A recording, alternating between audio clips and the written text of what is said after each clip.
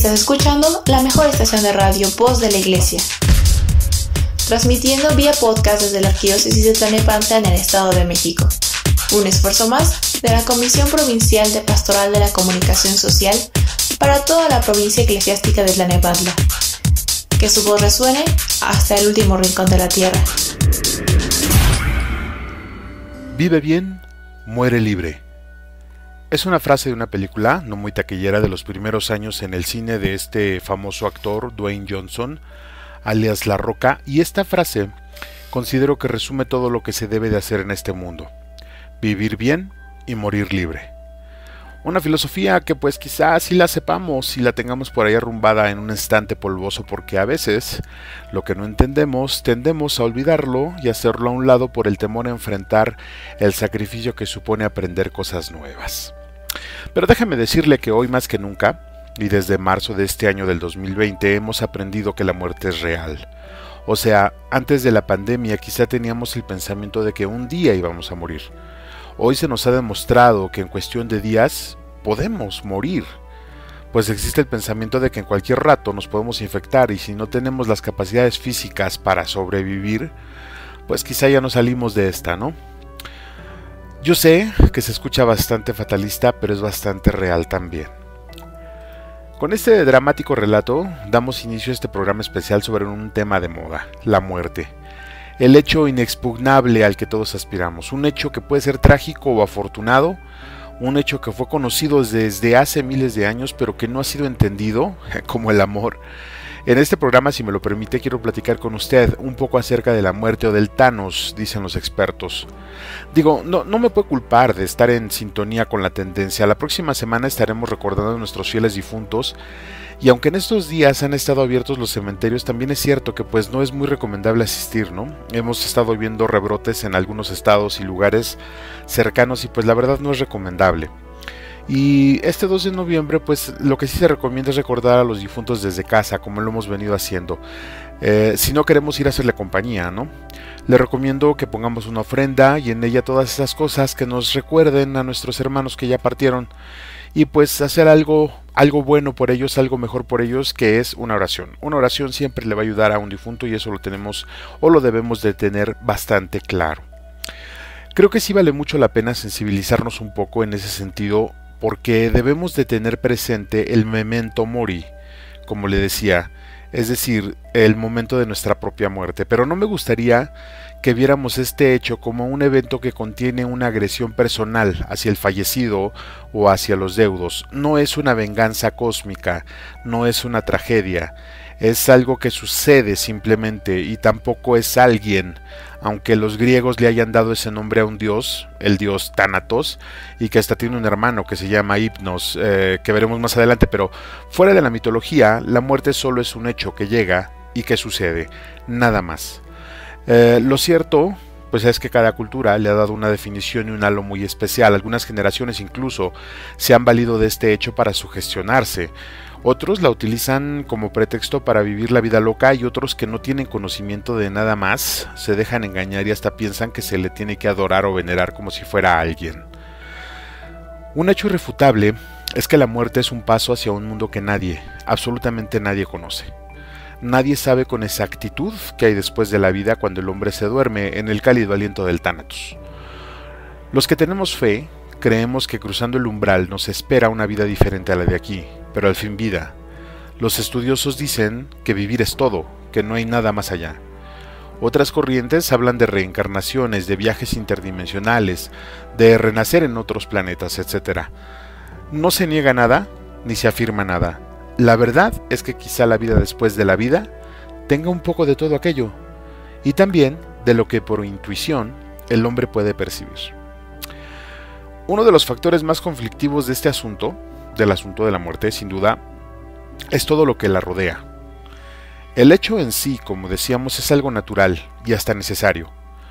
Volvemos al polvo de donde fuimos tomados. Así es el ciclo. Es algo que no podemos cambiar. Pero el problema estriba en cómo lo manejamos, porque dejamos que la muerte se convierta en una vorágine de emociones y sentimientos que nos van a dañar durante mucho tiempo y que repercuten tanto y de formas tan intensas que se hizo necesario ayudarse de la ciencia para entender este fenómeno, y se creó una rama de la ciencia que estudia los efectos de este hecho, los posibles escenarios después de la vida, el momento de cruzar el umbral y todo lo que rodea a esos hechos. Y obviamente los hechos que rodean pues toda la escena, ¿verdad? Estamos hablando de la tanatología. Una de las principales exponentes de esta ciencia sin duda es Elizabeth Kubler-Ross. De hecho se considera como la madre de la tanatología. Ella ha aportado mucho a este campo, como las fases del duelo y cómo llevarlas a cabo. Más adelante iremos sobre ese tema. Finalmente está la persona y este hecho. ¿Cómo le afecta a la persona la muerte de otra persona? ¿Qué influye para que le afecte? ¿Qué conceptos usan las personas para entender esa parte en sus vidas? Porque por desgracia, todos, sin excepción, vamos a padecer la muerte de alguien cercano. Entonces, ¿cómo lo vamos a manejar y en base a qué? Si este tema solo lo abordamos cada 2 de noviembre. No existe una clase regular en los programas escolares que hable de esto, que nos prepare, o por lo menos que intente preparar a las personas para ese momento. Simplemente no la hay. Ok, entiendo que nada nos puede preparar para ese momento, pero sí hay cosas que pueden hacer, o mejor dicho, que podemos hacer para que ese momento aminore y sea menos intenso. Con todo esto, o mejor dicho, con todo esto y mucho, pero mucho más, hoy comparto con usted unos puntos de vista referente a este hecho.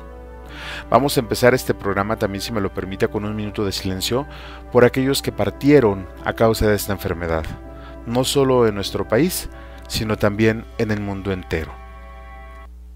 Lo invito a que hagamos silencio.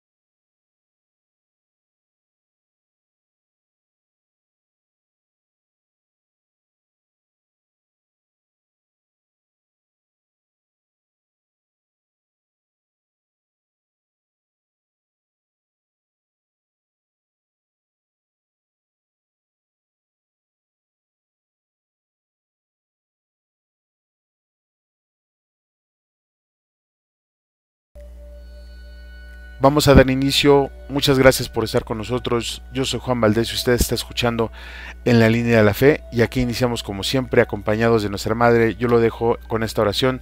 Vamos a darle, que esto es mole de olla, dicen por acá. Usted está escuchando En la Línea de la Fe, en la mejor estación de radio. No hay otra, voz de la iglesia. Ya iniciamos. Préstame, madre, tus ojos, para con ellos mirar, porque si con ellos miro, nunca volveré a pecar. Préstame, madre, tus labios, para con ellos rezar, porque si con ellos rezo, Jesús me podrá escuchar. Préstame, madre, tu lengua, para poder comulgar, pues es tu lengua materna de amor y de santidad. Préstame, madre, tus brazos, para poder trabajar, y que así rendirá mi trabajo 1 y 1000 veces más. Préstame, madre, tu manto, para cubrir mi maldad, pues cubierta con tu manto, al cielo he de llegar. Préstame, madre, a tu Hijo, para poderlo yo amar, pues si me das a Jesús, ¿qué más puedo yo desear? Así será toda mi dicha por toda la eternidad. Amén. Un estornudo puede viajar a 150 km/h y llegar hasta los 7 metros. Por los que amas, por la familia, por tus nietos, por volver a estar juntos y por ti, usa bien el cubrebocas. Tapa nariz y boca completamente. Por todos, úsalo bien. Consejo de la Comunicación, voz de las empresas.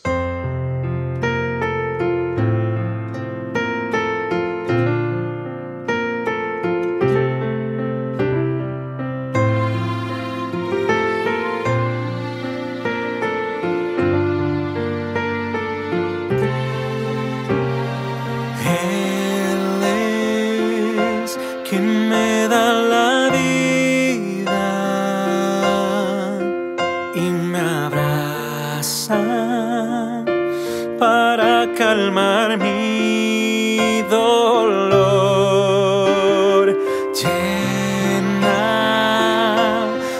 cielo de nubes y me dice cuánto me ama. Dice quiero estar contigo, quiero ser siempre tu amigo. Al ver la luz por la mañana, me dice cuánto me ama. Le daré todo de mí por cuanto me ama.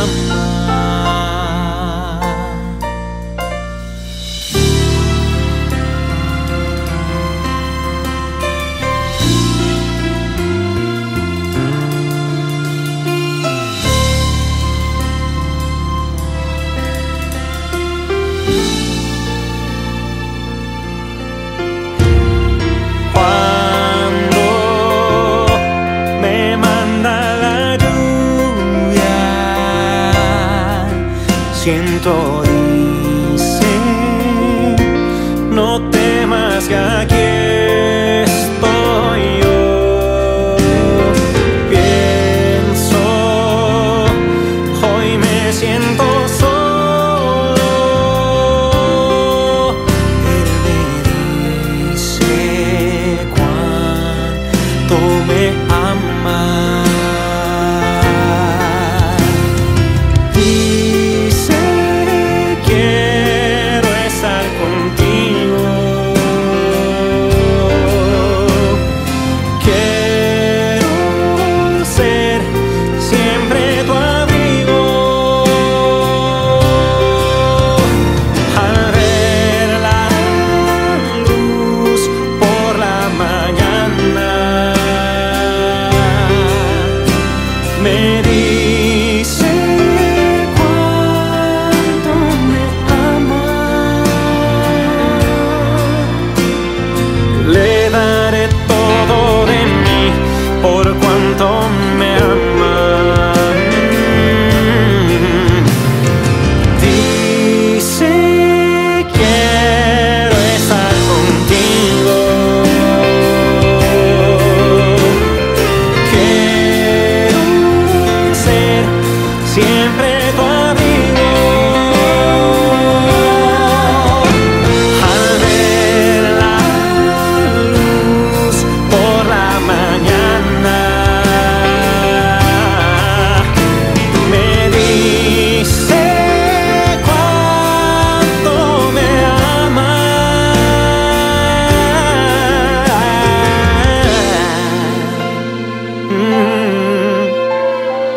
Le daré todo de mí por cuanto me ama.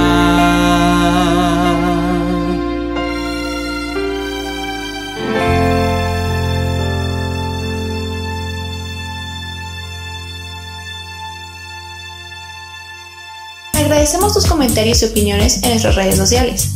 Facebook, Arquidiócesis de Tlalnepantla. Twitter, diócesis-tlane. Instagram, Arquidiócesis de Tlalnepantla. O visita nuestra página www.tierradelmedio.org.mx.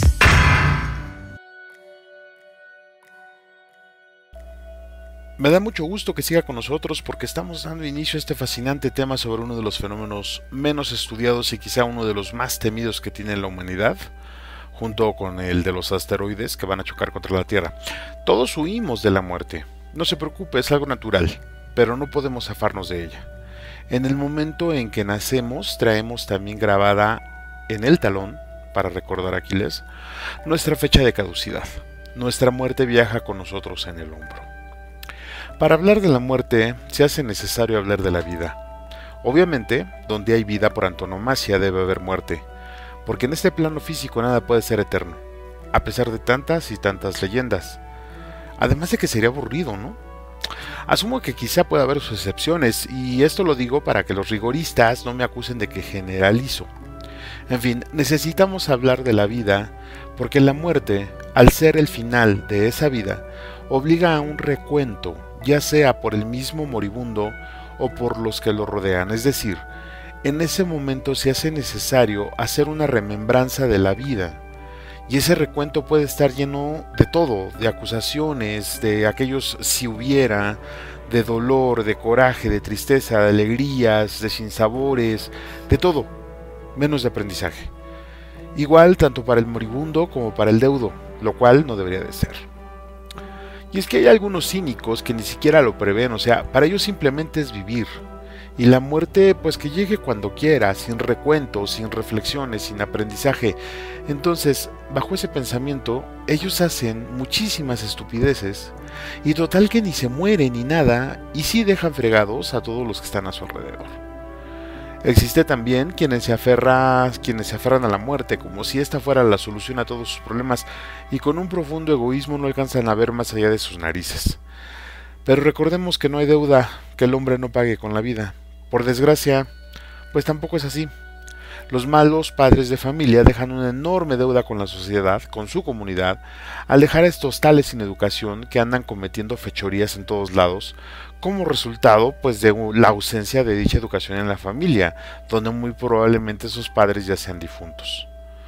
Se hace necesario hablar de la vida antes de hablar de la muerte porque el entendimiento de este fenómeno desde un razonamiento lógico lo va a dejar en un plano de simple entropía, sin sentimientos, sin emociones, sin nada más. Veamos cómo la fruta nace de la flor, crece, madura y se pudre. Al final cae a la tierra y regresa a sus elementos base. Esa es la entropía. Así somos nosotros, o al menos nuestro cuerpo. La diferencia, obviamente, entre una fruta y nosotros, pues es que nosotros tenemos un alma, que no vamos a entrar aquí en la discusión de si existe o no, eso lo vamos a ver en otro momento. El punto es que el concepto de la muerte depende de cómo vamos a manejar nuestra vida, cómo vamos a manejar todos los conflictos que se refieren a terminar ciclos. Es decir, tenemos que analizar primero nuestros apegos, nuestras definiciones de abandono, nuestros miedos, nuestro estilo de vida, nuestras ambiciones, nuestros anhelos, nuestros seres queridos y un gran etcétera, porque una vez que tengamos eso bien en claro, quizá no resuelto pero bien claro, tendremos la capacidad de llegar a la muerte totalmente libres y con la conciencia, es decir, con el conocimiento de haber vivido bien. En este punto y momento, estimado radioescucha, se hace necesario también analizar el flujo que llevamos de la línea horizontal y analizar las dos perspectivas que se tienen de la muerte, es decir, la muerte propia, el memento mori, y la muerte del otro, porque todo lo anterior se va a ver reflejado en esa línea. Entonces, cuando la muerte acontece de forma abrupta, es como si se cortara de un tajo la línea que une o que nos une a los otros con nuestra línea horizontal, como si se limpiara un tronco de las ramas. Esto es desde la perspectiva de la muerte personal, pero si sucede en la muerte del prójimo, más de las veces esa línea no se corta. El extremo que sale de nuestra línea horizontal y que estaba atado del lado de la otra persona, permanece por inercia atado a la nada cuando la muerte es abrupta, como sucedía en las caricaturas donde los personajes seguían caminando sin darse cuenta de que ya no hay piso, ¿se acuerda? Por lógica, el tratamiento de esta perspectiva, es decir, de la muerte del otro, es lo que estudia la tanatología. Pero si lo vemos más a fondo, pensar en nuestra propia muerte y por extensión en nuestro comportamiento actual va a ayudar mucho a los demás, haciendo por ellos hasta el final, pues un buen servicio. La muerte es un evento doloroso y emocional. Considero que realmente no hay nada que nos prepare al 100% para estar calmados en ese momento. Pero considero que todo el camino, o sea la vida, nos va mostrando la ecuanimidad que debemos de tener y cómo podemos manejar el desbordamiento de las emociones el día del deceso. En este caso, hablando de la muerte del otro, si no nos educamos en este sentido, pues todo lo anterior lo van a determinar las emociones y la relación que llevábamos con esa persona hasta ese momento. Y entre otras cosas, sin pensar cuántos asuntos se quedan pendientes con nuestros familiares cuando ellos se van. Por eso, más de las veces, la enfermedad puede ser un buen seminario de entendimiento sobre la vida y la muerte, es decir, la muerte abrupta no nos deja prepararnos, si es que se puede preparar, y la muerte por enfermedad como que nos da un poquito de conocimiento acerca de eso. Cuando la muerte es anunciada por una enfermedad, le decía yo, las líneas de contacto con las personas y conforme avanza la enfermedad se van adelgazando, como una planta que ya no recibe agua. Esa línea que unía nuestra horizontalidad con la otra persona se va convirtiendo en un ligero halo, pero se queda en la persona hasta que muere. Y después de eso solo vemos que de nuestra línea horizontal, es decir, de nuestro lado, salen pequeñas líneas delgadas y luminosas, que de las cuales pues solo vamos a poder ver la punta. No podemos ver a qué están conectadas o hacia dónde llegan porque estamos en un plano físico, recordemos. Pero las conexiones se convierten en herencia en aquella caja que hablábamos, ¿se acuerda? Algunas conexiones las convertimos en recuerdo, otras en conocimiento, otras en razones y motivos para seguir adelante, otras en dolor y sufrimiento, pero todo eso va a depender del ambiente propio de esa caja, es decir, de cómo esté formada esa caja. ¿Se acuerda de la caja negra? Yo espero. Esa caja de las emociones que cada quien maneje, de eso va a depender. Las conexiones deben establecerse en el mundo con la persona. Voy a repetir esta parte. Las conexiones deben establecerse en el mundo, en el plano físico con la persona y en lo eterno con la fuente de la vida, pero no con las cosas de las personas. Cuando la conexión se queda en este mundo y atamos ese extremo a las cosas de la persona o que utilizaba la persona, es cuando entramos en ciclos muy pero muy dañinos para nosotros mismos. La muerte ha sido vista en la mayoría de culturas en la Tierra como un paso, y dichas culturas le dan más peso a lo que hay del otro lado del umbral, como ya decíamos. Pero otro aspecto interesante de este evento, sin duda, es que los seres humanos le damos un orden y grado que no tiene, y lo exageramos o minimizamos de acuerdo al tiempo, la cultura, la educación, los valores, etc. Y lo que es un hecho es que la muerte es un evento que marca la vida de las personas, pero también el exceso de la muerte, de la misma muerte, nos puede hacer totalmente indiferentes. Pero repito, esto está basado en el tiempo, la cultura y otros factores que fuerzan a hablar de la vida. Primero y antes que todo, hablar de la vida con suma importancia, antes de hablar de un hecho que sabemos que es totalmente natural. En los últimos 10 años en México, por ejemplo, hemos visto la muerte como algo completamente normal, algo de todos los días. La violencia que se ha desatado en nuestro país cobra la vida de miles de personas al año y ya lo vemos con cierta normalidad, decíamos. Pero no se aflija, no solo sucede en nuestro país, así ha sido durante mucho tiempo y en todo el mundo, solo que antes esas masacres tenían un motivo, igual de estúpido si usted quiere, pero tenían un motivo que de acuerdo al tiempo, la cultura y la educación tenía mucho peso y validez. Por ejemplo, la Guerra de Independencia y la Revolución, la Segunda Guerra Mundial, las masacres de los imperialistas en África y en América. Y no es que tengamos que hablar de la importancia de la muerte, sino de la importancia de la vida. No entiendo aún por qué se defiende más a un animal que a un bebé que no ha nacido. Se tiene que hablar más acerca de la vida porque si no lo hacemos, al rato ni una vida va a ser suficiente para saciar la ambición de algunas personas. Y el refrán que mencionábamos, que con la vida el hombre paga cualquier deuda, pues ya no va a funcionar. Socialmente, la muerte es un evento, naturalmente es un hecho. Religiosamente es un paso donde procuramos sepultar de forma adecuada a nuestros difuntos, acompañar a los deudos en comunidad y elevar oraciones al Dios de la vida para que lleve a esa alma su regazo. ¿Y desde la fe? Bueno, creo que desde la fe eso solo lo sabe el que está en la caja, pero nosotros podemos y debemos también actuar desde ese lado, del lado de la fe. ¿Cómo? Manteniendo la esperanza de que su alma llegará al lugar de donde provino. La muerte deberíamos tomarla, como ya se dijo, sin emociones, lo que básicamente es imposible, pero la fe mitiga mucho esa tormenta que se desata cuando llega el acontecimiento. Si aceptamos que nuestro cuerpo es frágil y que un día llegaremos a ese umbral, ya nos quitamos un peso de encima. Si aceptamos que las personas tienen su cuerpo igual de frágil, también entenderemos esa parte. Si en vida pulimos nuestras relaciones con los otros y aprendemos que los otros son personas también que cometen errores, pero que aún así están con nosotros y debemos amarlos, sabremos entenderlos y perdonarlos. Y si practicamos la religión y con ello fortalecemos nuestra fe, las emociones que llegan ese día serán mínimas, hasta cierto punto normales. Luego de eso, podremos tener la capacidad de llevar el duelo. Con eso, estimado amigo, casi podríamos terminar el programa del día de hoy, pero no, aún nos faltan 3 horas más por compartirle. Bueno, no se crea, serán menos. Vamos a una pausa musical y ya regresamos. Yo soy Juan Valdés y usted está escuchando Pues en la Línea de la Fe, un programa especial para hablar acerca del Memento Mori. Ya volvemos. No te vayas, estás escuchando En la Línea de la Fe. Hola, ¿qué tal amigos? Quiero invitarlos a que no se pierdan todos los jueves nuestra serie Verdaderamente Humano, un espacio donde buscamos hacer vida a la palabra de Dios. Recuerda, todos los jueves a las 7 de la noche por el Facebook y YouTube de la Arquidiócesis de Tlalnepantla. Verdaderamente Humano, te esperamos.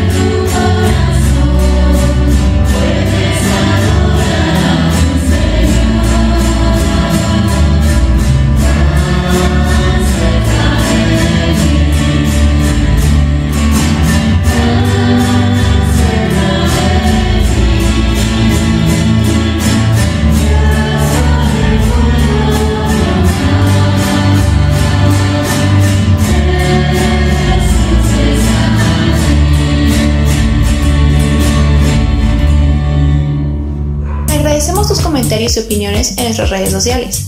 Facebook, Arquidiócesis de Tlalnepantla. Twitter, diócesis-tlane. Instagram, Arquidiócesis de Tlalnepantla. O visita nuestra página www.tierradelmedio.org.mx. Ya estamos de regreso, estimado redescuche, me da mucho gusto que siga con nosotros. Gracias por compartir este espacio y tiempo, gracias por ser compañero de este viaje. Quiero aprovechar para enviar un saludo a todas las personas que se dedican a la venta de esta flor tan tradicional en nuestra tierra y que de forma tan colorida adorna nuestras ofrendas. Por cierto, quiero comentarle que según la tradición de los antiguos, esta flor no era la única que se ponía, se podían incluir muchas otras, aunque obviamente en esta tierra y por la época del año pues era la única que se daba, ¿no? Lo digo para que no se angustie si no encuentra el cempasúchil, usted puede poner cualquier otra flor que le guste. Dicho lo anterior, vamos a continuar con esta charla sobre la muerte, pero ahora lo vamos a hacer desde la muerte propia, es decir, desde la perspectiva de saber o de pensar en el momento que nos va a llegar. Y esto lo hacemos desde la propia partida. Créame cuando le digo que tiene mucho que aportar esta perspectiva, que va a hablar sin duda de cómo vemos la vida. Para esto, déjame contarle una breve reflexión. El hombre que contempla el camino con esperanza, camina con ánimo y sentido. Sabe bien que el camino no es el destino, pero él inicia el camino aun cuando sea escarpado y sinuoso, porque lo que le interesa es el destino. Durante el recorrido sabe que se acabará la fuerza, pero recurre al descanso y cubre su pena con pan y retoma el camino apenas sale el sol. Llegando al final del camino, cuando ha alcanzado su meta, se mira a sí mismo y al camino que ha dejado atrás y se siente satisfecho por el tramo recorrido. Habrá algunas partes de ese camino que ya no recuerda o que prefiere mantener en el olvido, pero voltea al horizonte, que ya se pinta de rojo por el sol que se esconde detrás de los montes, y se dice a sí mismo: gracias, Dios mío, por dejarme haber llegado hasta aquí. El hombre que toma el camino como el único destino que se le pinta enfrente y que camina con la mirada al piso, patea la roca que le estorba y se sienta en cada recodo. Se pregunta en muchas ocasiones por qué le tocó aquel camino y no el del vecino, que parece más accesible y fácil de andar. A él le tocó el camino de las rocas, el camino escarpado, el camino sinuoso. ¿Cómo hubiera querido que su camino fuera perfecto? Mientras camina, se abandona la neblina de los sueños, de las ideas y del sinsentido, y más temprano que tarde, deja de ver el camino. Quizá no se desvía, pero sigue soñando, y sus pasos se hacen lentos, lo alcanza el destino y el tiempo le falta. Aquel que corre como el viento, queriendo alcanzar las montañas, corre el riesgo inherente de perder cada batalla, de no entender el propósito, de no ver el camino, ni apreciar sus rocas ni sus ventiscas. Ni el sol ni el viento y mucho menos la flor no le interesa más que alcanzar el destino, y se cansa rápido, se pierde y se desanima. Cansado y con pena, descubre que el camino no se achica por más esfuerzo que haga, le gana el tiempo, ya todo le fatiga. De todo lo anterior, el problema no es el camino que a cada hombre le tocó, es el hombre el que marca la diferencia. Unos caminan con los pies, otros con el corazón. Unos caminan por alcanzar el destino sin importar nada, sin ver siquiera el camino. El camino y el destino son inherentes, no se pueden separar, y se tiene que disfrutar lo que se ve en el camino como el destino al que se quiere llegar. La historia que acabamos de escuchar nos dice que para todos los hombres la vida es la misma. Es decir, se nos ha dado la misma oportunidad, el mismo camino. Cada quien escoge cómo llevarlo, pero cómo influye y en muchos casos determina nuestra historia, nuestro ambiente y por supuesto nuestras decisiones. El destino, es decir, el momento final, para todos pues es el mismo. Quizá la diferencia es el tiempo que tarda en llegar, pero llega. Ahora, si nos ponemos a pensar si el destino es el mismo, vale la pena analizar pues el camino, lo que en él hacemos, la forma en cómo lo andamos, pero sobre todo, la actitud con la que vamos transitando por él. Abordar el tema de nuestra propia muerte no es otra cosa más que pensar cómo queremos llegar al final, pensando primero que no sabemos en qué momento nos puede llegar la muerte, segundo, haciendo todo pensando en que cuando llegue ese momento, yo, como ser humano, esté bien y al mismo tiempo disfrutar de lo que hacemos en cada momento sin llegar al extremo de pensar que es el último. Sobre todo porque eso suena muy dramático y porque al final también tenemos que incluir la esperanza, esa esperanza de la que le hablaba yo, la que se cimienta sobre la roca, sobre hechos reales, que siempre nos va a levantar el ánimo cuando estemos desfalleciendo. Lo anterior implica también en responsabilizarnos de nosotros mismos. Si bien es cierto que esto lo veremos cuando veamos un poco de teología del cuerpo, también es cierto que debemos de cuidar todo lo que somos, nuestro cuerpo físico, nuestra mente y razón, nuestra alma. Ya vimos un poco de esto en temas anteriores y hemos visto también cómo podemos nutrir la razón y el espíritu del cuerpo. Nuestro cuerpo habrá que conocerlo más para cuidarlo también, porque finalmente es el único envase que tenemos y con ese llegaremos hasta el final de nuestra vida. Dentro de este escenario podemos empezar a tener ciertas precauciones, digamos en relación a nosotros mismos y para con los demás. Ya decíamos que la muerte puede ser un evento sumamente violento o puede ser algo hasta tranquilo y estable. Todo va a depender del contexto que rodea dicho evento, como ya decíamos, del camino recorrido. Un ejemplo claro de esto es la prevención. La cultura de la prevención en este sentido es escasa en nuestro país, a pesar de que podamos anticiparnos por lo menos en los trámites del cementerio, pero preferimos no tomar en cuenta eso. También podemos anticiparnos un poco a las enfermedades con el cuidado de nuestro cuerpo y sin duda nos podemos anticipar al contexto generalizado si vivimos bien. Pero, ¿qué significa vivir bien? Esto sin duda, estimado amigo o amiga, se queda a su criterio, pero si me lo permite, quiero esgrimir un par de cosas que pudieran ayudar a llegar a un estado donde nos sintamos bien con nosotros, con los demás, con lo que tenemos y con lo que ha de venir. Y aunque ya se lo he platicado en otros programas, aquí le dejo unos puntos. Conocernos, nuestras virtudes, nuestros defectos, nuestra salud. Culturizarnos, enriquecer nuestro pensamiento con buenas cosas. Afinar nuestras relaciones con los demás en base al cambio nosotros mismos. Analizar lo que tenemos, lo que queremos y lo que no tenemos, buscarlo de buena manera. Hacer lo que nos corresponde según el estado en el que vivamos, siendo hijos, padres, esposos, amigos, hermanos, novios, etc. Dejar de lado lo malo como algo que no nos va a ayudar a llegar a donde queramos. Ver en la fe la forma de encauzar los problemas y sinsabores que sin falta la vida nos va a ofrecer, como cuando le mencionaba lo de abrazar la cruz en el dolor.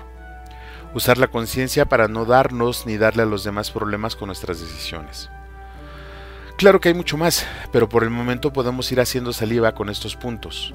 ¿Qué le parece si los reflexionamos y vamos a una breve pausa y ya regresamos? Por favor, no le cambie. Está usted escuchando En la Línea de la Fe, yo soy Juan Valdés. Ya regresamos. Gracias por estar escuchando la mejor estación de radio, Voz de la Iglesia. Te invitamos a seguir cuidándote y a cuidar a los tuyos. Practica las medidas de seguridad sanitaria, utiliza cubreboca en lugares cerrados, lava tus manos constantemente y utiliza gel antibacterial. No asistas a reuniones si no es necesario, utiliza la tecnología para ver a tus familiares. Cuídate, cuida a tu familia y cuídanos a todos. Si tienes síntomas o presentas un cuadro parecido al COVID-19, quédate en casa y utiliza los medios oficiales para contactar a los médicos. Avisa a tu familia, cuidándote tú, nos cuidas a todos. Juntos lo vamos a lograr. No te vayas, estás escuchando En la Línea de la Fe.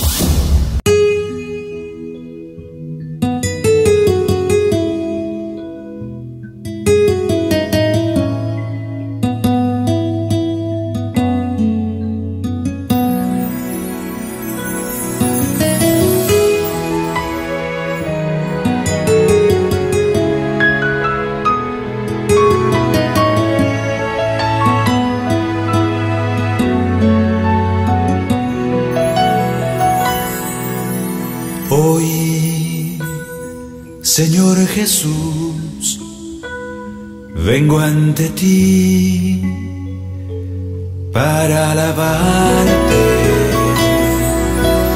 Hoy, Señor Jesús, con tu poder puedes cambiarme.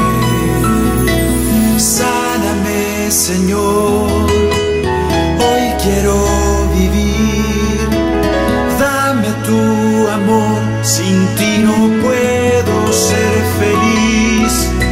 Sáname, Señor, líbrame del mal, toca el corazón para alcanzar la santidad.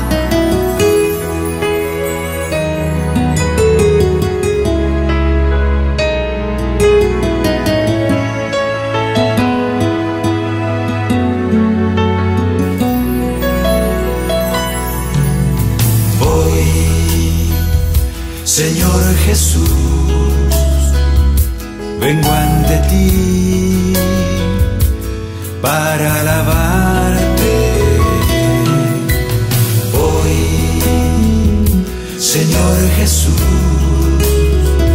con tu poder puedes cambiarme.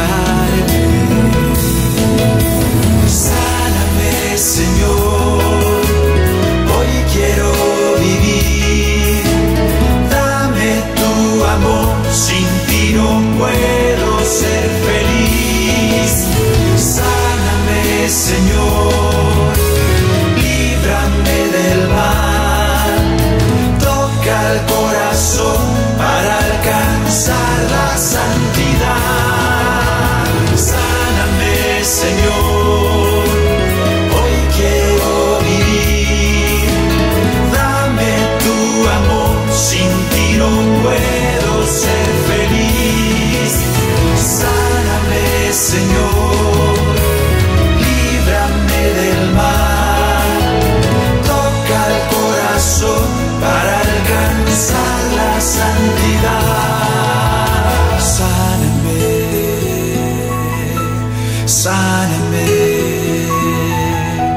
sáname, Señor.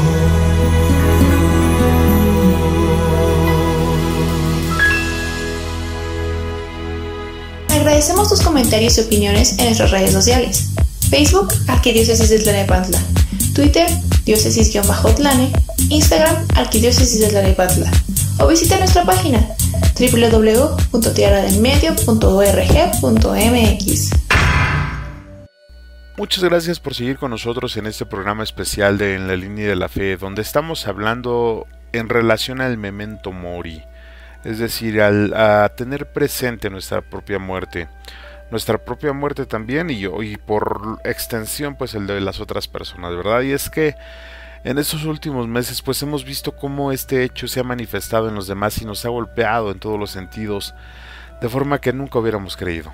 Ahora ya sabemos que sí hay hechos apocalípticos que nos pueden afectar como raza y que debemos de estar prevenidos. Antes quizás solo era ficción, hoy ya es una realidad muy, muy triste y muy fuerte. Dándole continuidad al tema, estimado radioescucha, pues es complejo entender y ver cómo se va la gente y cómo se va uno enterando de las partidas de las personas, y mientras más cercanos sean los comentarios y las partidas, pues queramos o no, nos vamos afectando más hasta llegar al punto donde ya se desatan nuestros peores temores, ¿no? Y aunque solo son eso, propiamente temores, por desgracia, pues impiden llegar a un estado completo, por lo menos un estado de cierta tranquilidad.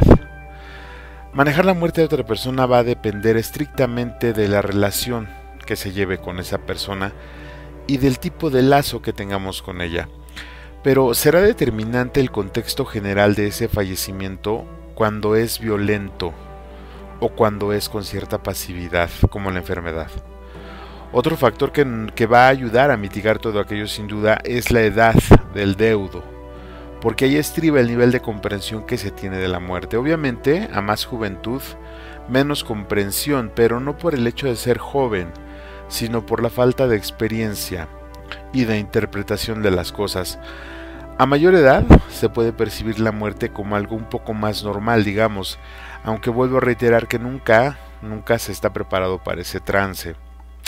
Lo que es algo muy pero muy cierto es que cada quien vive su dolor de forma personal, diferente, y hasta le ponemos un sello en específico, lo que implica que los 10 millones de libros que ya se escribieron o se han escrito para este momento solo van a servir como leña, porque cada persona tiene y maneja el concepto de la muerte de manera muy pero muy personal, y no se puede evitar. De lo que sí podemos platicar es de cosas y casos que se han comprobado de forma empírica y con el tiempo, y que al hacer ciertas cosas pues nos van a ayudar esas cosas un poco a mitigar ese momento y sus dolores, y donde si dejamos de hacer otras cosas podemos sobrellevar el duelo de forma natural, digámoslo así.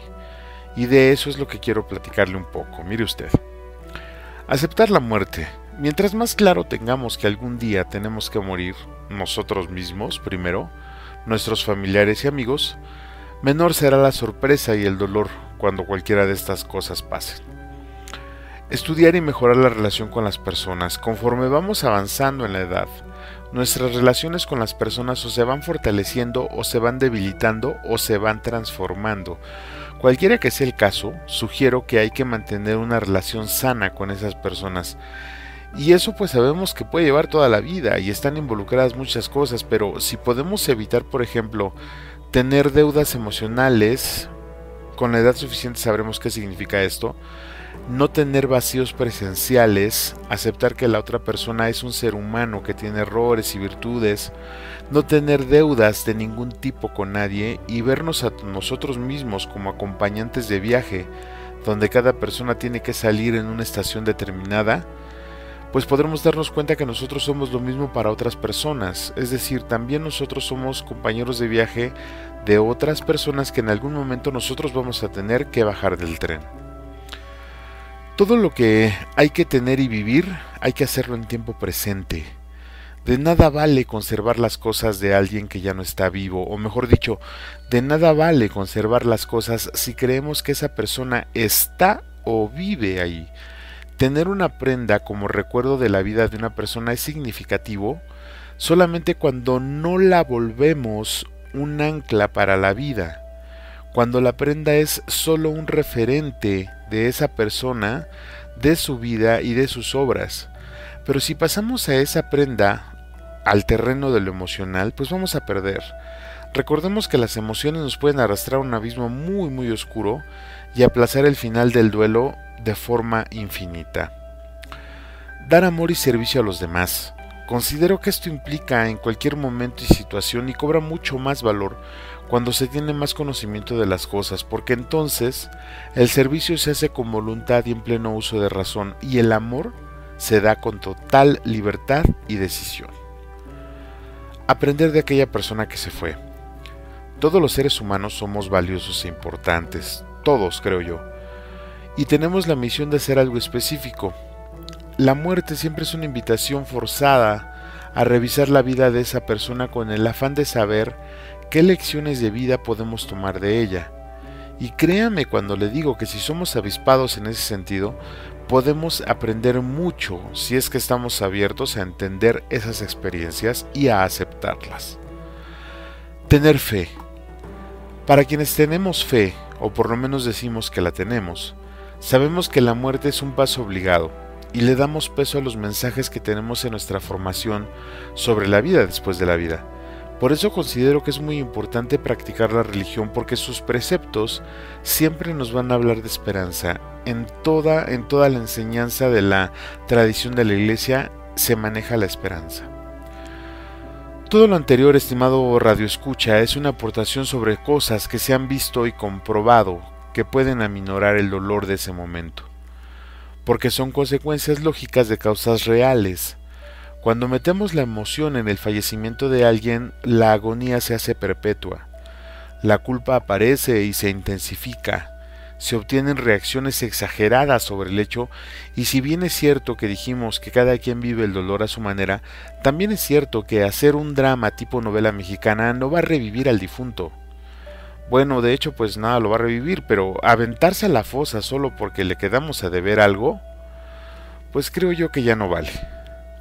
Recuerdo que en un velorio por acá, en una ocasión, una mujer se desbarataba en llanto frente al ataúd de su madre y gritaba constantemente que regresara.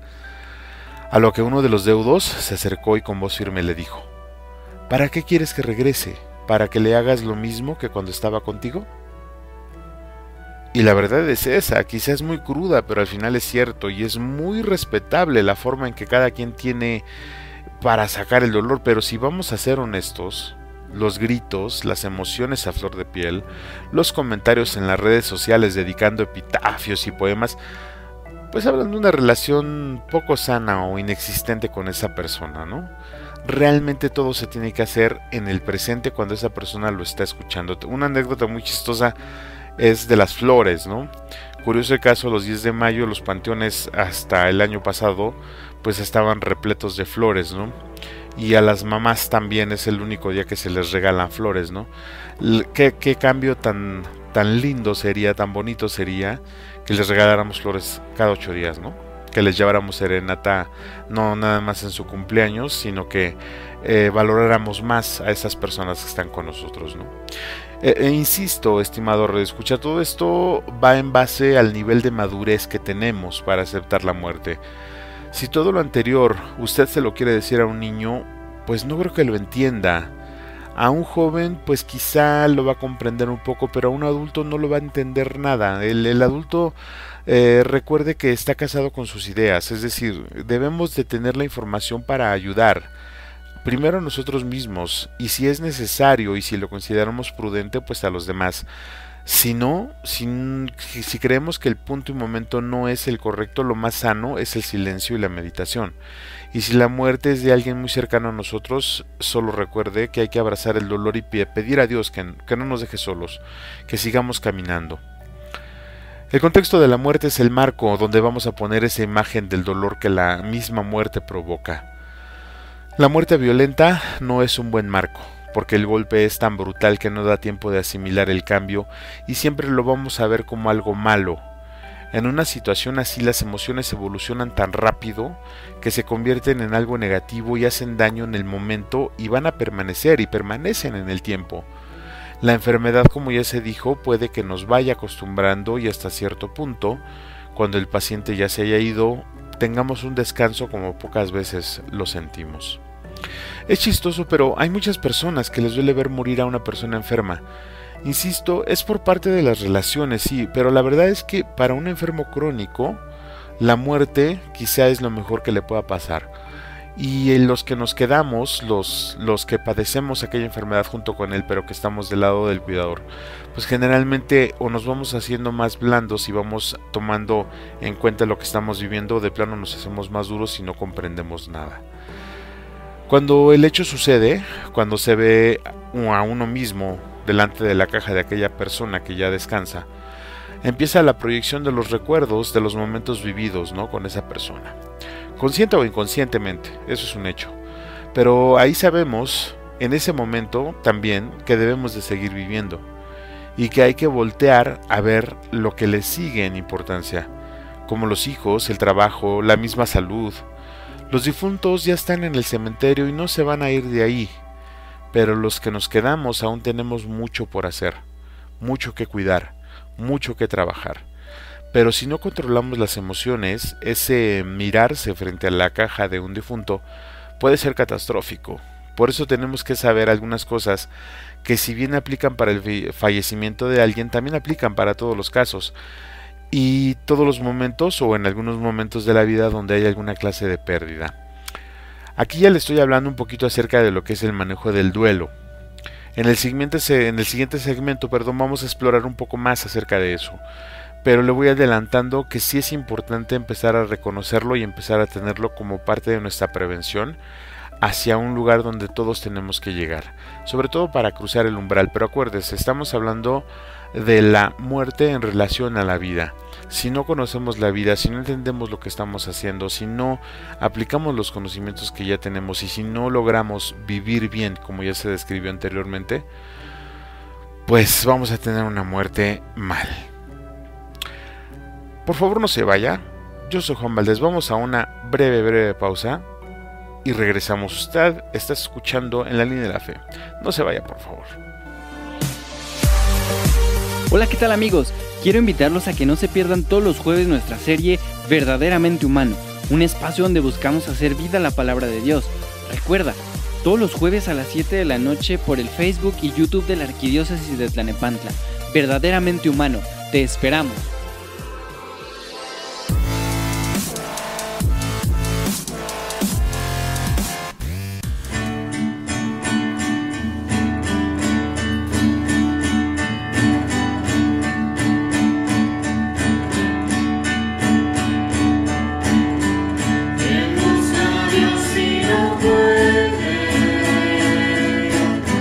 Míralo cerca que está.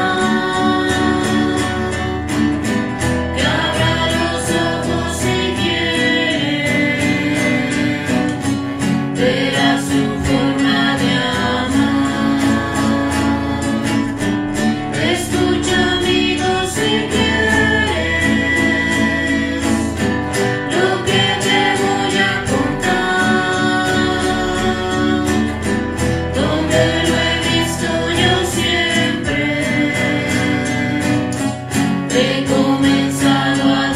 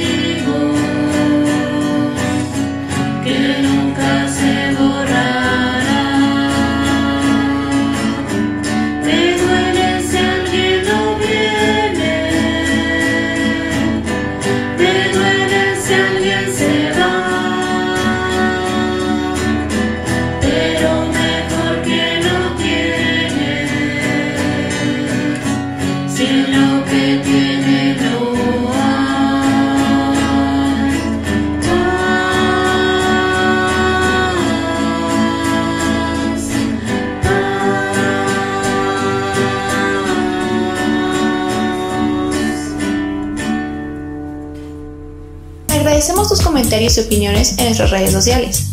Facebook, Arquidiócesis de Tlalnepantla. Twitter, diócesis-tlane. Instagram, Arquidiócesis de Tlalnepantla.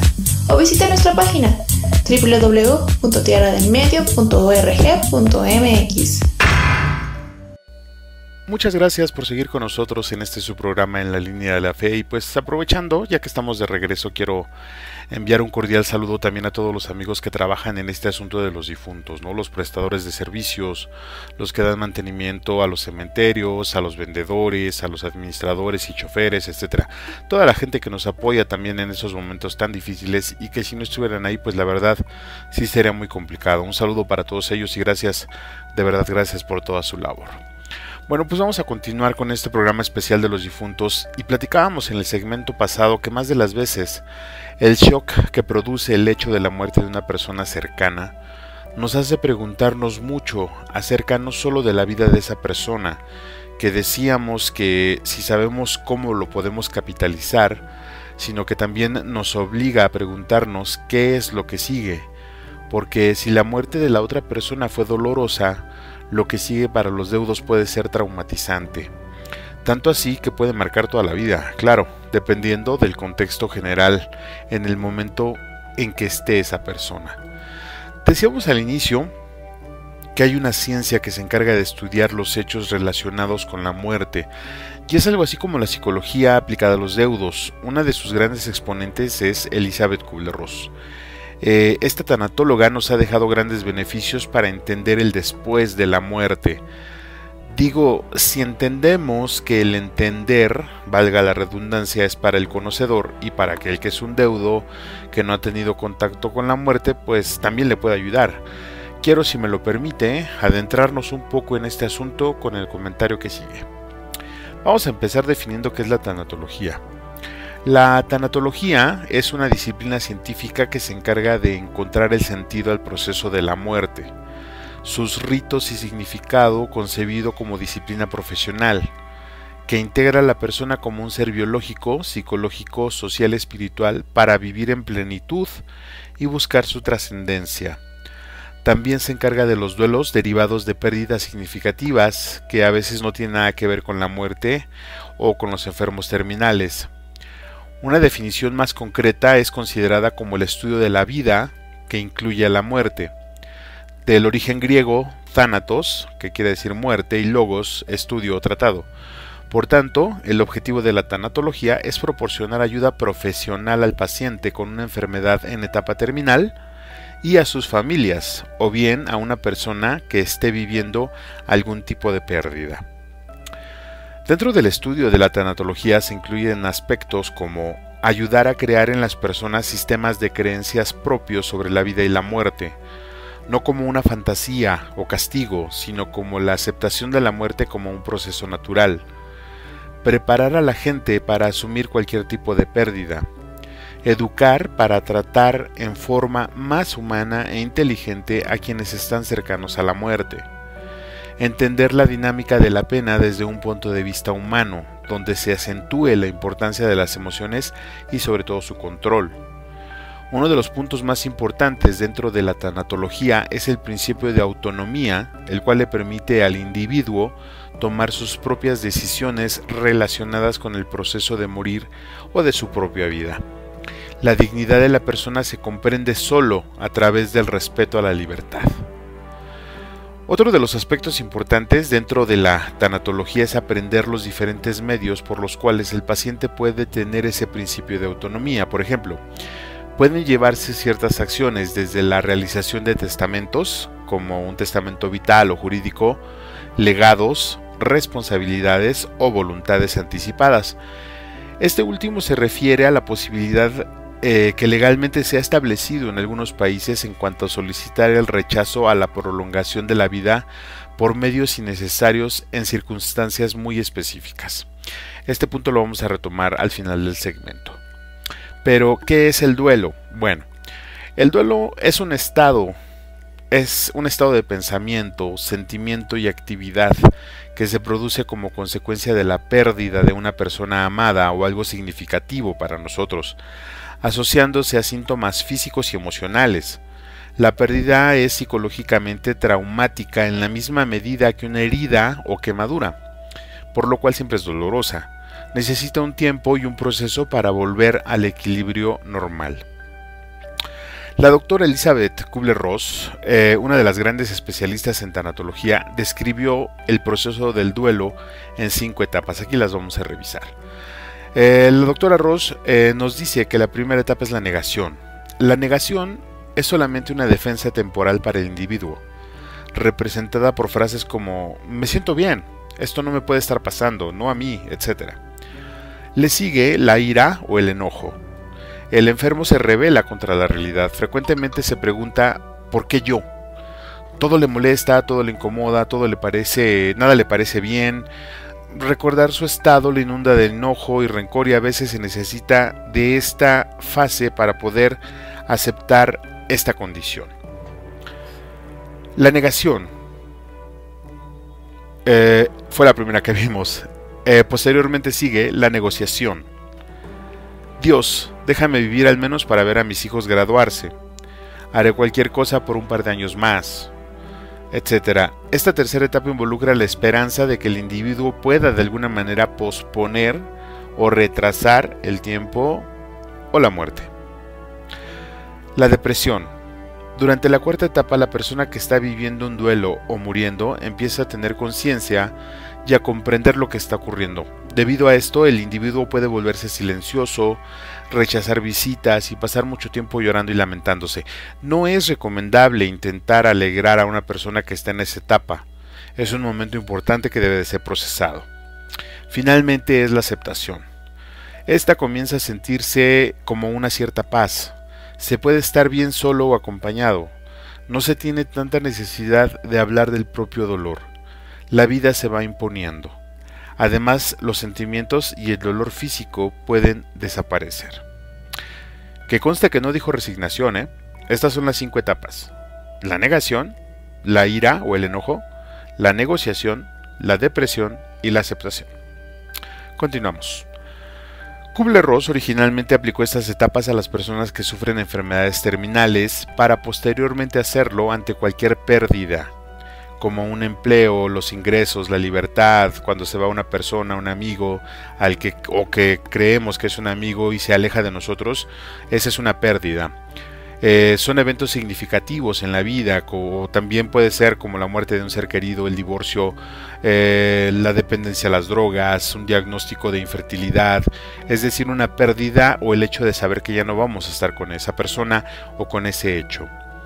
Estas etapas no necesariamente suceden en el orden descrito arriba, ni todas estas son experimentadas por todas las personas. El proceso de duelo es altamente personal y no debe ser acelerado ni alargado por motivos de opinión de un individuo.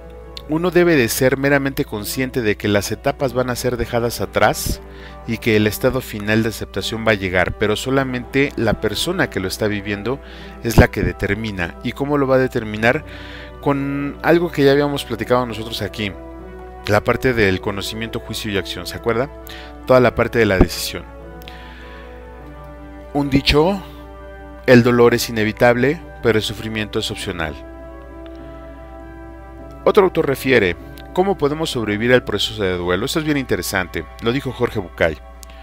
Permitirse estar de duelo, darse permiso para sentirse mal, necesitado, vulnerable, etc. Abrir el corazón al dolor, expresar las emociones que surjan en lugar de reprimirlas. Darse tiempo para recorrer el proceso de duelo y sobre todo aprovechar ese tiempo para superar el duelo.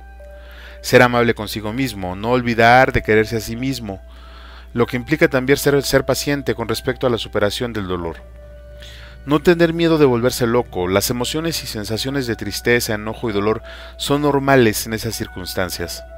Aplazar algunas decisiones importantes ya que no se tiene el 100% de la concentración. No descuidar la salud, tanto física como emocional. Agradecer las cosas pequeñas que siguen existiendo en nuestra vida. Algo bien importante, no temer pedir ayuda. Ser paciente con los demás. Algunos también están sufriendo por nuestra pérdida y otros tratan de ayudarnos aún sin saber cómo hacerlo. Darse tiempo para descansar y paulatinamente para empezar a tener momentos de esparcimiento. Confiar en nuestros recursos para salir adelante. En caso de que no sean suficientes, volver a recordar que podemos pedir ayuda. Aceptar lo irreversible de la pérdida. Tener en mente que elaborar la pérdida según nuestra vida de manera feliz no es olvidar, pretender que ya lo vivimos o que ya lo pasamos tampoco funciona. Aprender a vivir de nuevo. Lo que implica aprender a vivir sin algo o sin alguien, de otra forma, y que esta forma sea positiva para nosotros. Quizá este punto es uno de los más complejos que tenemos, de verdad. Por ahí hay un libro que se llama ¿Quién se ha robado mi queso? Engloba todo este tema bastante interesante. Centrarse en la vida y en nuestros seres queridos que siguen vivos. Definir nuestro significado con respecto a la muerte. Volver a nuestra fe. Buscar las puertas abiertas. Estar atentos a las oportunidades o cosas buenas de la vida que se nos van presentando. Cuando se tenga un buen trecho recorrido con respecto al proceso del duelo, pues compartir nuestra experiencia. Eso siempre va a enriquecernos y enriquecer a otros. Como le comentaba, esto lo dijo Jorge Bucay.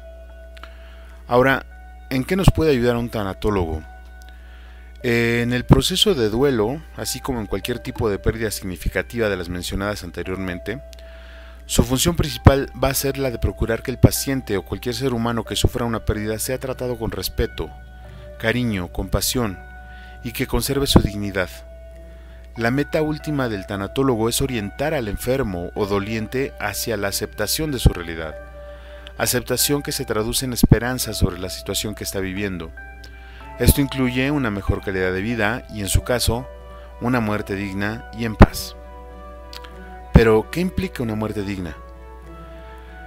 Pues este autor refiere calidad de vida durante esta etapa final, atención adecuada, ayuda para resolver problemas, morir rodeado de gente cariñosa, no ser objeto de experimentación, respetar y darle gusto al paciente, presentar opciones reales para su situación actual y no dar expectativas falsas. ¿En qué casos la tanatología puede ayudar a recuperar la paz interior y la armonía? Cuando la familia pasa por estados de depresión y angustia frente a la enfermedad terminal de un miembro de la misma, por ejemplo. Cuando el enfermo experimenta depresión y angustia por su propio padecimiento. Al experimentar episodios de crisis por muerte no esperada, trágica, violenta o súbita. en caso de muerte de niños, algo bien difícil, en el manejo del duelo en niños por la muerte de sus padres o abuelos, en el caso de intento frustrado de suicidio, cualquiera que sea la motivación, pues no se debe descartar un nuevo intento de atentar contra la vida, la pérdida de un empleo, amputación de un miembro del cuerpo, la separación de tu pareja, la ruptura de una amistad, la pérdida de la confianza y la pérdida o la traición a los principios que todos tenemos. Pues bien, todo lo anterior, estimado radioescucha, es parte de lo que la tanatología nos puede ofrecer para resolver un conflicto de alguna pérdida, ya sea por la muerte o por separación, incluso en aspectos puramente sociales, pero insisto, todas las ciencias aprecian solo una parte del todo. Lo único que puede amalgamar ese conjunto de conocimientos, desde mi perspectiva, es la fe.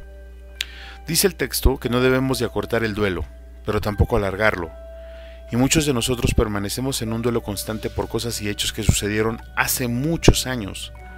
El texto aquí ya no lo refiere, pero estoy seguro que el tanatólogo nos enviaría a un profesional de la salud mental si le contamos que tenemos 5 o 10 años viviendo en duelo por una persona que ya falleció. Es bien respetable, de verdad, no me malentienda, pero no es nada sano, porque en ese caso la muerte ya se llevó a 2 personas, el que está en la caja y quizá ya es polvo, y el que camina en la tierra que parece zombie porque está muerto en vida. Considero, amable radioescucha, que esta ciencia actúa y funciona también como parte de la cultura de la prevención, y el último punto que quiero destacar es cuando se refiere a una muerte digna.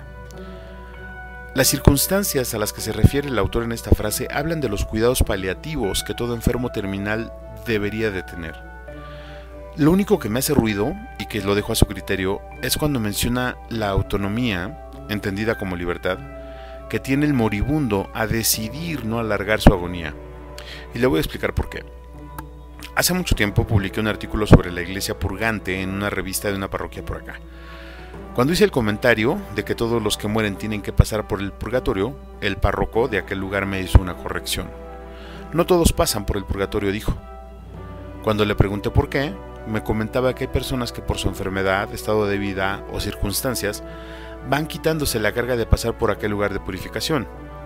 Y luego escuché un comentario de otro párroco que decía que valen más 1000 años de sufrimiento aquí que un segundo de sufrimiento allá. Y pues me hizo entender que es preferible sufrir aquí lo que sea necesario para no padecerlo allá. Al final, la historia viene a colación por el hecho de darle a los moribundos esa oportunidad de decidir no prolongar la agonía. Y si bien es cierto, trataremos el tema cuando veamos la teología del cuerpo, también es cierto que cabe la pregunta: ¿cómo saber si esa agonía antes de morir sea la que nos libre del purgatorio? Porque en esa línea del umbral, el tiempo se detiene totalmente. O bueno, al menos eso es lo que dicen. No se asuste, recuerde que estamos en un programa especial sobre la muerte, pero por el momento, pues vamos a una pausa muy breve. Y de regreso platicaremos de lo más bello que tienen estas fechas, y que a mí me encanta en lo personal, sus tradiciones, aunque ya se han comercializado y tergiversado bastante, pero aún siguen vigentes. Por favor no se vaya, yo soy Juan Valdés, usted está escuchando en la línea de la fe, a través de la mejor estación de radio, Voz de la Iglesia. Ya regresamos. Gracias por estar escuchando la mejor estación de radio, Voz de la Iglesia. Te invitamos a seguir cuidándote y a cuidar a los tuyos.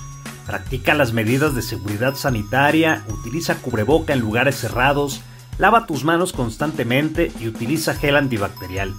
No asistas a reuniones si no es necesario, utiliza la tecnología para ver a tus familiares. Cuídate, cuida a tu familia y cuídanos a todos. Si tienes síntomas o presentas un cuadro parecido al COVID-19, quédate en casa y utiliza los medios oficiales para contactar a los médicos. Avisa a tu familia, cuidándote tú. Nos cuidas a todos. Juntos lo vamos a lograr. No te vayas, estás escuchando en la línea de la fe.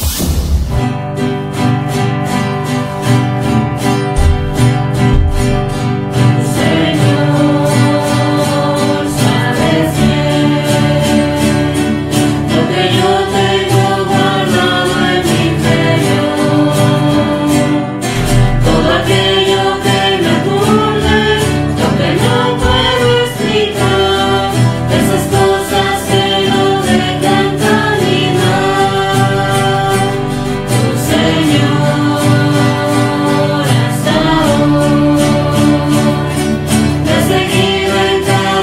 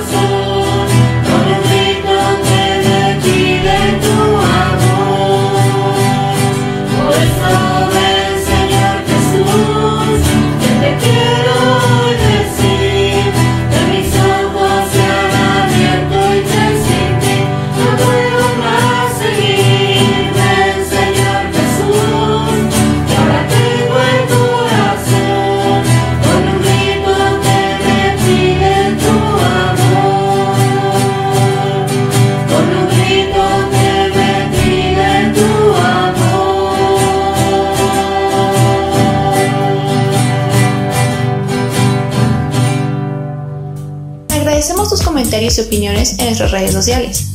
Facebook, Arquidiócesis de Tlalnepantla. Twitter, diócesis-tlane. Instagram, Arquidiócesis de Tlalnepantla.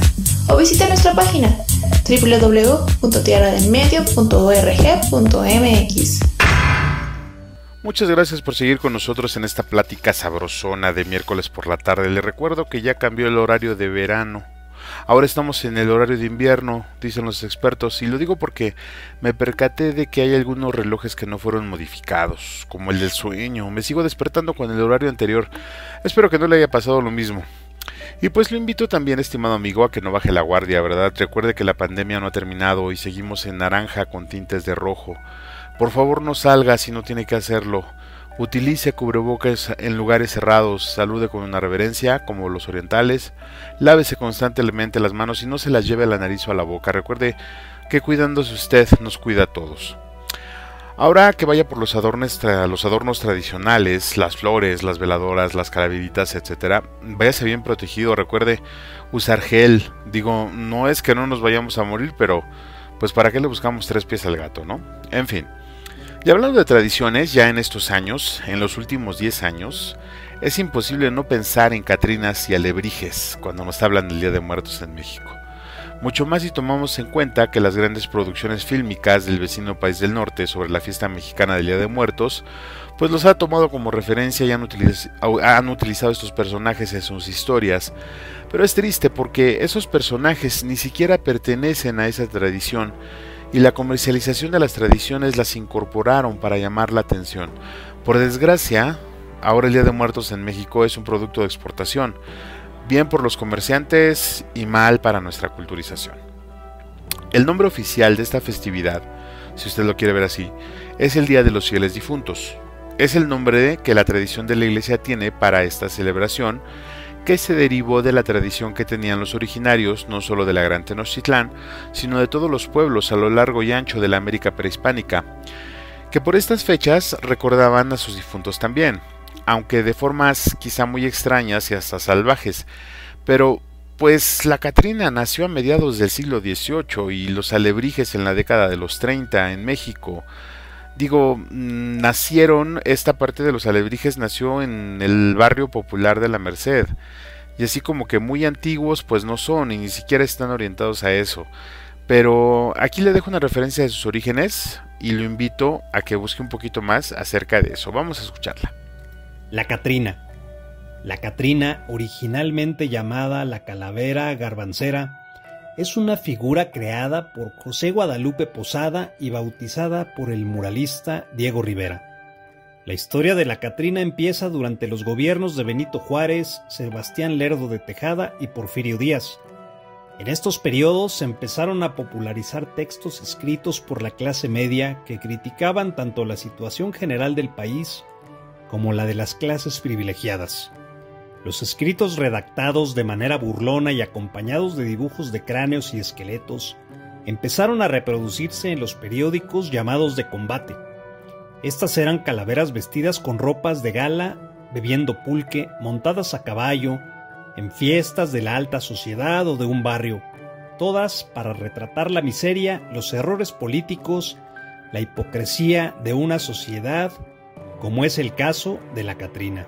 La palabra Catrín definía a un hombre elegante y bien vestido, acompañado de alguna dama con las mismas características. Este estilo fue una imagen clásica de la aristocracia mexicana de fines del siglo XIX y principios del XX. Es por ello que al darle una vestimenta de este tipo, Diego Rivera convirtió en su obra la calavera garbancera en la Catrina, diseñada en Aguascalientes.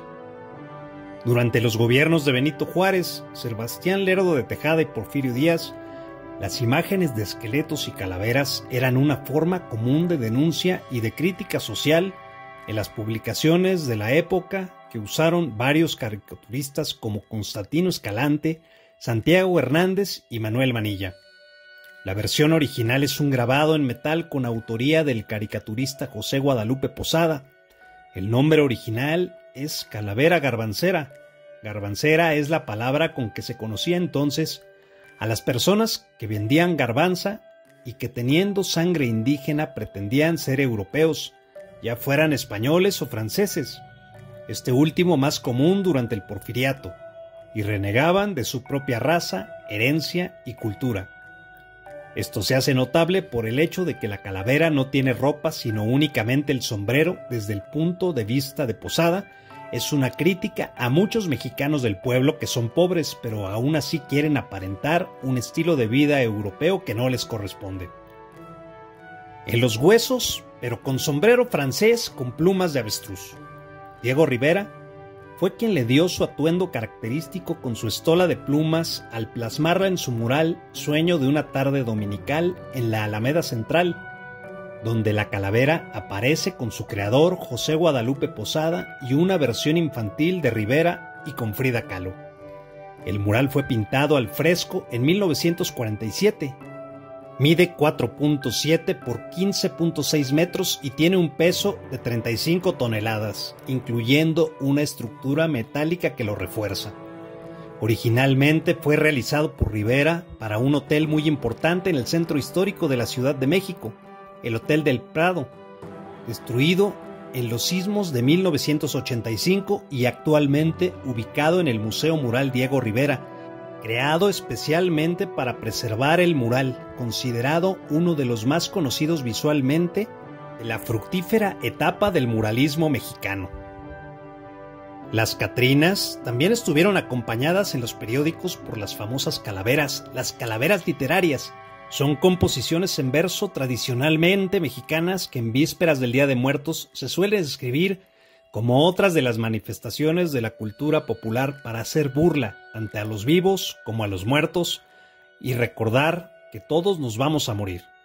Están escritas con un lenguaje satírico o burlesco y son textos muy breves pero que reflejan todo el espíritu de festividad del mexicano frente a la muerte. Hoy en día se acostumbra que los niños en la escuela hagan burla o crítica de algún personaje o situación de interés general o moda con ese formato. José Guadalupe Posada apuntó: la muerte es democrática, ya que a fin de cuentas, güera, morena, rica o pobre, toda la gente acaba siendo calavera. A pesar de ello, las calaveras que él imaginó y grabó están vivas en el imaginario de México. Algo que tampoco es propio de esta tradición son los alebrijes, como ya le decía. Aquí le dejo su definición. Los alebrijes. Pedro Linares López nació en 1906 en la Ciudad de México. Cartonero de profesión, Linares trabajaba en un taller en el barrio de la Merced, cerca del centro histórico de la ciudad. Al igual que su padre y abuelo, el artesano se dedicaba a la creación de objetos de papel maché, incluyendo piñatas, esqueletos, máscaras y figuras para la quema de Judas. En 1936, cuando tenía 30 años, Linares se enfermó de gravedad y cayó en un sueño profundo. Se dice que durante el tiempo que estuvo inconsciente, Linares soñó que se encontraba paseando en un bosque extraño. Ahí se topó con criaturas coloridas, desde un burro con alas y un león con cabeza de perro, hasta un gallo con cuernos de toro, y todos gritaban la misma palabra: alebrijes. Linares eventualmente se recuperó de su enfermedad, y al regresar a trabajar, decidió usar sus habilidades como artesano para replicar las criaturas fantásticas de su sueño. Las coloridas quimeras poco a poco fueron ganando popularidad y pronto otros artesanos comenzaron a imitar las creaciones de Linares. En 1975, la cineasta británica Judith Bronowski hizo un documental sobre su trabajo, lanzándolo a la fama tanto nacional como internacionalmente. El artesano también llegó a hacer varios alebrijes para Frida Kahlo y Diego Rivera, cuya colección se encuentra hoy en el Museo Naucali en la Ciudad de México. En 1990, Pedro Linares recibió el Premio Nacional de Ciencias y Artes en celebración a su trayectoria artística y a sus contribuciones al arte popular mexicano. El artesano falleció 2 años después, a la edad de 86 años, pero su familia continuó la tradición de los alebrijes hasta el día de hoy. Los alebrijes de Oaxaca. Aunque los alebrijes se originaron en la Ciudad de México, artesanos de otras partes de la República no tardaron en hacer sus propias versiones. Esto es particularmente cierto en Oaxaca, donde varios artesanos, como Manuel Jiménez, combinaron las tradiciones artesanales de madera tallada de la zona con las ideas de Pedro Linares.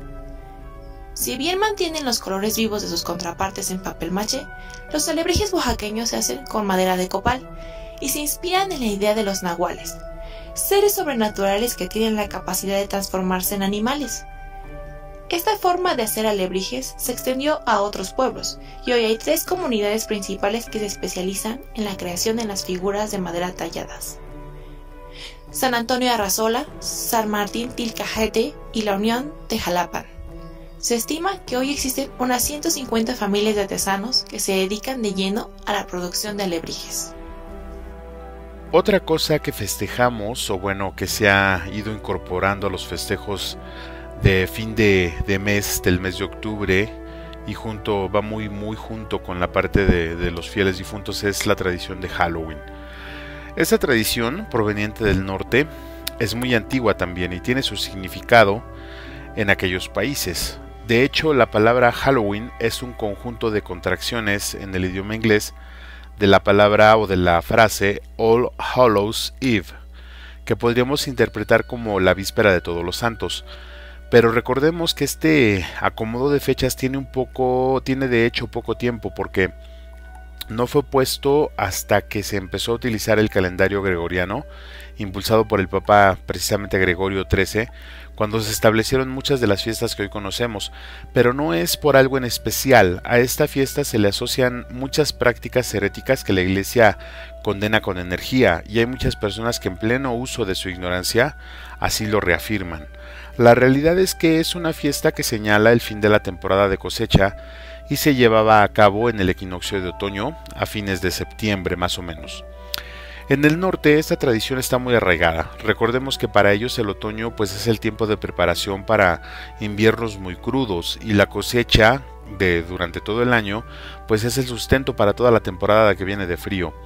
Y aunque tienen una idea más o menos parecida a la visita que hacen nuestros difuntos el 2 de noviembre, dicha tradición tiene su carga de significados fuera de la fe. Por otro lado, las tradiciones prehispánicas hablan de un imaginario más rico en sus conceptos post-muerte, porque no solo recordaban a sus difuntos, sino que también los recibían, les daban de comer, les creaban todo un mundo, que si bien otras culturas tienen, pues en poco se comparan, y esta tradición se ha ido enriqueciendo de a poco con las aportaciones de cada siglo. Por ejemplo, con la conquista, la Iglesia le dio un significado especial, porque de alguna manera tenía sentido el hecho de recordar a los difuntos una vez al año, y presentar ofrendas como los alimentos. Sobra decir que esto llamó la atención de la Iglesia y la hizo parte de su propia tradición. Le ofrecieron al indio de aquellos años que pusiera su ofrenda en casa, pero que fuera al templo a rezar por el alma de aquella persona a la que se recordaba. Y como ya decíamos, como eso también tenía sentido para el originario de estas tierras, pues accedió. Ahora bien, la intención de traer estas definiciones a esta explicación en general es que considero que algunas nos distraen del fondo del festejo y otras de plano pues son lo opuesto al mismo. Pero algo que llama la atención es que en todas las tradiciones referente a esto, como ya se decía también, siempre se habla de una vida después de la vida. Desde los celtas, que son padres de Halloween, hasta los aztecas, que pensaban que sus difuntos regresaban. La incorporación casi absurda de los alebrijes y las catrinas pues sabemos que es 100% comercial, ilustrativa, sin un fondo real. Las catrinas, por ejemplo, son elementos de protesta en las épocas que ya se mencionaron, mientras que los alebrijes pues son el resultado de una mente enferma, quizá muy coloridos, pero ambos no tienen un fundamento que los haga dignos de estar en una ofrenda que tiene rasgos muy pero muy diferentes a lo que la calavera garbancera quería decir. No me malentienda, no estoy en contra de eso, estoy en contra de que se tergiversen las tradiciones y no se aprecien de fondo, donde está la verdadera belleza. Pero si no me cree, analice qué es lo que va a poner en su ofrenda, en ese altar que se pone para el deleite de los que vienen del más allá. Todo eso fortalece nuestra creencia en una vida después de la vida. Quizá lo hace de una forma un tanto incorrecta, pero al final tanto va al cántaro al agua hasta que lo creemos, y esto ya es muy bueno porque quiere decir que la esperanza no se pierde a pesar de ver las calaveras pelonas de azúcar y de chocolate, que por cierto son mis favoritas. Pero lo que considero importante realmente es que esta tradición nos haga permanecer fieles a los que nos acompañaron en nuestro viaje, a los abuelos, a los padres, a los amigos y hermanos, a la familia, y digo, qué mejor que una imagen de esa persona la cual rodeamos con tanto colorido, con tanta comida que al final todo aquello es una muestra de cariño puro. ¿Qué cangrejos tiene que hacer una alebrije en la ofrenda o la catrina? Ni siquiera en el papel picado, pero de verdad no me malentienda, las calaveras sin el sombrero, al más puro estilo francés, como decía, pues no son parte de estas ofrendas. Las que sí son parte de estas ofrendas son precisamente las calaveras, las que ya decíamos, aquellas de azúcar y de chocolate. Después de todo lo que escuchamos en este programa, la ofrenda es el culmen de todo lo anterior. Es la representación física de los conceptos que acabamos de escuchar. En esa ofrenda es la que en algún momento van a poner también nuestra fotografía. Es donde nos van a poner todo lo que nos gustaba en vida.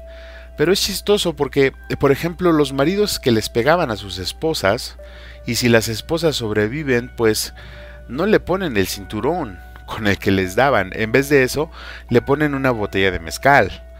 Bueno, eso era antes, ahora quizás sea una de brandy o un garrafón de tiner, no sé, depende del hígado del difunto, ¿verdad? Pero imagínese usted que en vez de todo eso nos pusieran todas las obras que hicimos en vida. Los logros y los fracasos, las obras buenas, las obras malas, los insultos que proferimos, lo cariñosos que fuimos con la otra, no con la esposa, que todo eso estuviera ahí presente. Los hijos quizá que no pudimos educar y que están arrebatándole a alguien el sustento, nuestras omisiones, nuestras indiferencias, nuestros sacrificios. Imagine usted que esa ofrenda fuera de verdad el recordatorio de lo que fuimos en vida. Pero no se puede, porque como ya dijimos, pues no hay deuda que la vida no pueda pagar. Y al fin, seres humanos, recordamos de esa persona todo lo bueno, o al menos no recordamos lo malo, porque en el imaginario subconsciente sabemos que esa persona ya está pagando o ya pagó lo malo que hizo en vida. Y eso es lo mágico de la fiesta, lo que la diferencia de todas las demás, y la fe en la vida eterna la enriquece. Pero hay que tener en cuenta que hay cosas que solo son signos y que hay cosas que no tienen fundamento y debemos erradicar, como aquello de los muertos nuevos y los muertos viejos, de que los niños difuntos es el 1 de noviembre y a los grandes los festejamos el 2, de que se llevan el olor de las cosas. Son ideas muy románticas que ya no funcionan con las nuevas generaciones. Pero saber que la ofrenda realmente nos hace recordar y disfrutar el recuerdo de los que ya no están con nosotros y que por ellos estamos aquí, eso sí vale la pena atesorar. El siguiente año, Dios mediante, seguiremos explorando las tradiciones y el sentido de la muerte, pero este año me gustaría que nos quedáramos un poco con la esencia de la fiesta, la vida eterna, que nos quedáramos con el aprendizaje que nos dejaron los que ya no están. Que si ya es tiempo, pues soltáramos esas cadenas del duelo, porque el mundo nos está reclamando acá, en el aquí y el ahora, y nos hacen falta. Me gustaría que viéramos que si el destino es la vida eterna, hacernos dignos de ella, que cada fiesta del Día de los Difuntos no dejemos distraernos por esas cosas vacías y sin sentido, y que adoptemos la perspectiva humilde de sabernos hechos de tierra, de polvo, y que al polvo vamos a regresar. Me gustaría que en este año que vamos a poner, por desgracia, muchas imágenes de personas en esa ofrenda, le demos también gracias a Dios por lo que somos, por lo que tenemos y porque nos permite recordar a quienes ya no están aquí. Y eso lo podemos lograr pues con el rezo del rosario, dedicado por todos aquellos que ya no están con nosotros. La oración aminora el dolor. Es la mano cálida del Padre que consuela a su Hijo, que lo fortalece. Es el abrazo materno de María lo que hace que entendamos un fenómeno que es tan complejo, pero necesario. Y aunque se quedan muchas preguntas sin responder, siempre nos van a dejar una afirmación bastante cruda. Todos vamos para allá. Pues de forma increíble el tiempo ha pasado sin verlo y nos hemos terminado estos minutos destinados a este programa. Espero que lo haya disfrutado mucho porque, créame, yo lo hice. No me queda más que agradecer su tiempo, darle gracias a Dios por la oportunidad de compartir con usted todo esto, darle gracias a todas las personas que hacen posible que este programa salga al aire y pedirle de favor que nos veamos la próxima semana, el próximo miércoles a las 5 para ser exactos, en la primera semana ya del 11º mes de este 2020. Ojalá que ya tengan la vacuna, ¿no? Desde este lado le mando un abrazo, que Dios le bendiga. Yo soy Juan Valdés y usted está escuchando En la Línea de la Fe. Gracias por su compañía. Hasta la próxima. Gracias por habernos acompañado. No te pierdas la siguiente emisión de nuestro programa En la Línea de la Fe, el próximo miércoles a las 5 de la tarde, por nuestras redes sociales, Facebook y YouTube. Gracias por tu preferencia. Que su voz resuene hasta el último rincón de la tierra. Agradecemos tus comentarios y opiniones en nuestras redes sociales. Facebook, Arquidiócesis de Tlalnepantla. Twitter, diócesis-tlane. Instagram, Arquidiócesis de Tlalnepantla. O visita nuestra página www.tierradelmedio.org.mx.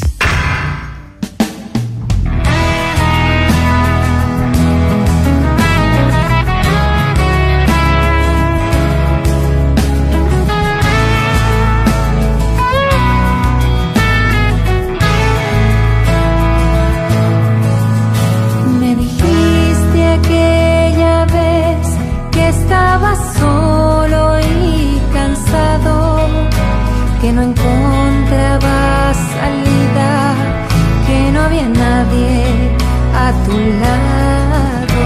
Y recuerdo lo que él hizo una vez en mi camino, y es por eso que hoy te digo, no debes temer.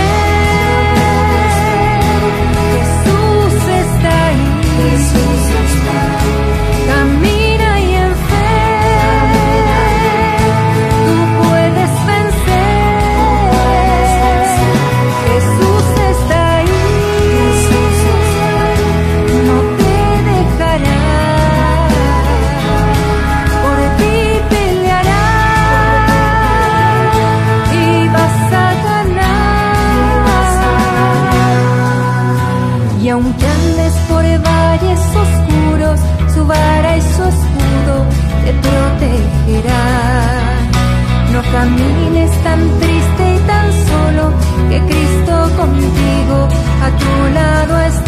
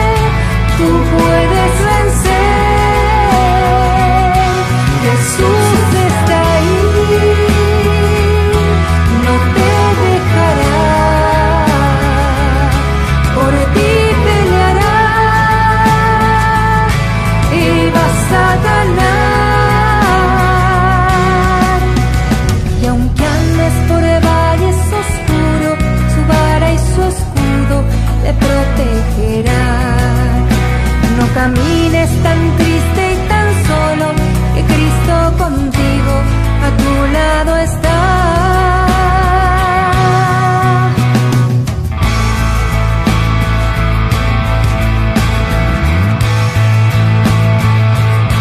No debes temer,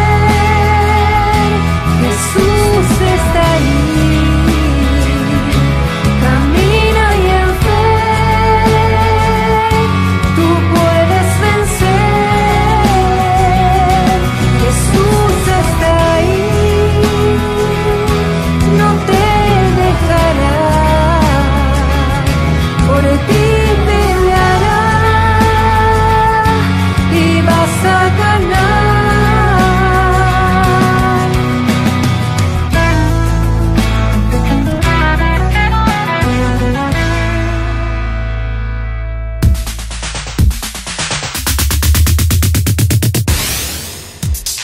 Estás escuchando la mejor estación de radio, Voz de la Iglesia, transmitiendo vía podcast desde la Arquidiócesis de Tlalnepantla en el Estado de México. un esfuerzo más de la Comisión Provincial de Pastoral de la Comunicación Social para toda la provincia eclesiástica de Tlanepantla. Que su voz resuene hasta el último rincón de la tierra.